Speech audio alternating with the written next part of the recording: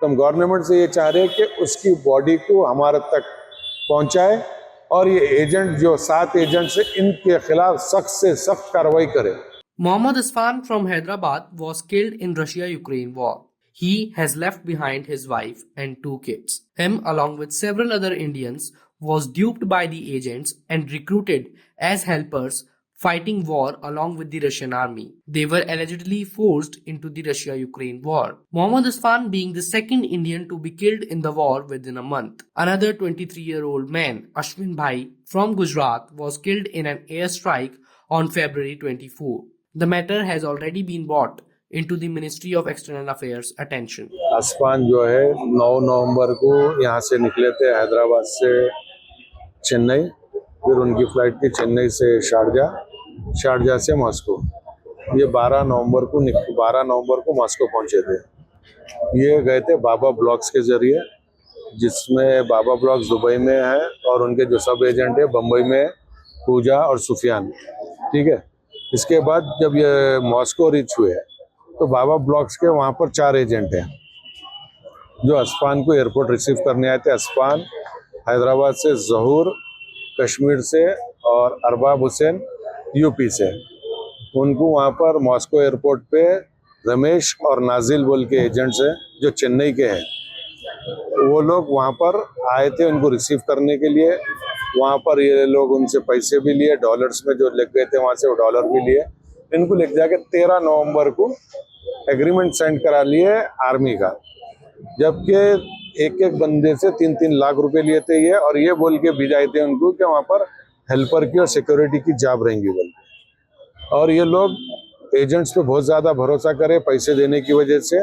वो एग्रीमेंट जो था वो रशियन लैंग्वेज में था, जिससे जो एजेंट्स को जब ये सवाल करे तो वो लोग बोले आप जो काम के लिए आए वही काम का एग्रीमेंट है बोले। तो ये लड़के ब्लाइंड उसके ऊपर सिग्नेचर करके ज्वाइन कर लिए। 2-3 दिन के बाद कुछ ट्रेनिंग हुआ उनका।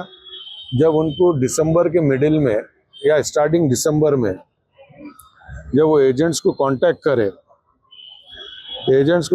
करे, जब उन्हें पूरा बताए कि उन लोगों को जो है रशिया बॉर्डर के, यूक्रेन बॉर्डर के करीब लेके गए, तो भी ये एजेंट्स, मोइन एजेंट का चार्ट है ये एजेंट्स उन लोगों को सिर्फ भरोसा दिलाते गया कि आप लोगों को कुछ नहीं होगा, वापस लाएंगे। ये है 5 दिसंबर का, ठीक है। ये लोकेशन के साथ बताए थे वो लोग यूक्रेन के कितने करीब पहुंचे बोल।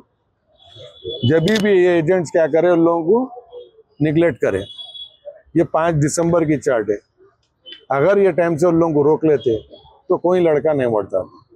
और अभी भी एजेंट्स ये बोल रहे, जो खुशप्रीत जो मेरे कांटेक्ट में है वो अभी भी यही बोल रहा है कि 16 फरवरी को असफान का हम कॉन्ट्रैक्ट कैंसिल कराए हैं और उसको हम 8-10 दिन में बाहर निकाल लेंगे।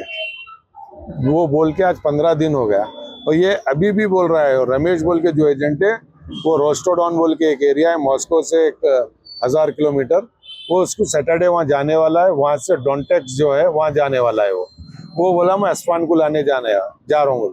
मेरे को 4-8 दिन से यही बोल रहे कि असफान हमारे कोई सोर्स के कांटेक्ट में है। जैसा मैं आज कल से असदुद्दीन अवैसी साहब के साथ मैं था वहाँ पर, हम लोग पवन कपूर जो वहाँ के एम्बेसडर थे उनका नंबर था, डायरेक्ट असद साहब कॉल करे उनको, तो वो अनफॉर्चुनेट इंडिया में ही है, तो उन्होंने बताया कि वहाँ दूसरे कोई है उनसे कांटेक्ट करना पड़ेगा। लेकिन हमारा कोई लैंडलाइन पे फ़ोन नहीं उठा रहा था वहाँ। जब आज हम इमरजेंसी नंबर पे मैं खुद कॉल किया था कि साहब असद साहब को बात करेंगे बोल के कॉल किया, तो वहाँ पर वो लोग 1 मिनट का होल्ड कराए मेरे से और बाद में कॉल करके कंफर्म करे कि असफान एक्सपायर हो गए।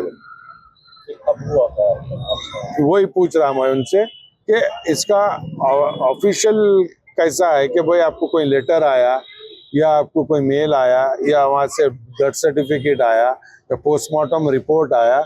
नहीं, वो कुछ भी नहीं आया। हम आपको जस्ट एक कॉल आया था वहाँ से, वो कॉल के उस पर हम आपको बोल रहे हो ये। और एजेंट्स अभी भी बोल रहे कि वो है, हम आपको ट्यूसडे तक का टाइम दियो, हम आपको उससे मिलेंगे। अब मेरे को एजेंट्स की बात पे अब 1% भी भरोसा नहीं है। 99% इंडियन गवर्नमेंट की भरोसा है। अगर ये जो हुआ रियल हुआ तो हम गवर्नमेंट से ये चाह रहे हैं कि उसकी बॉडी को हमारे तक पहुंचाए और ये एजेंट जो 7 एजेंट्स है इनके खिलाफ सख्त से सख्त कार्रवाई करे। ये लोग किधर के रहने वाले हैं एजेंट्स?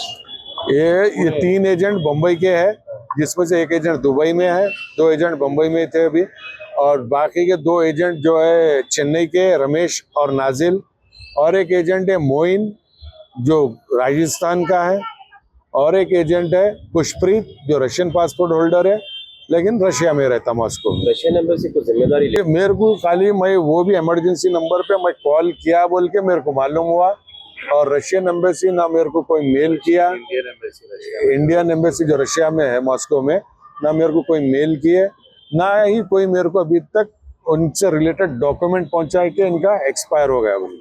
खाली एक फोन कॉल पे ये न्यूज हुआ।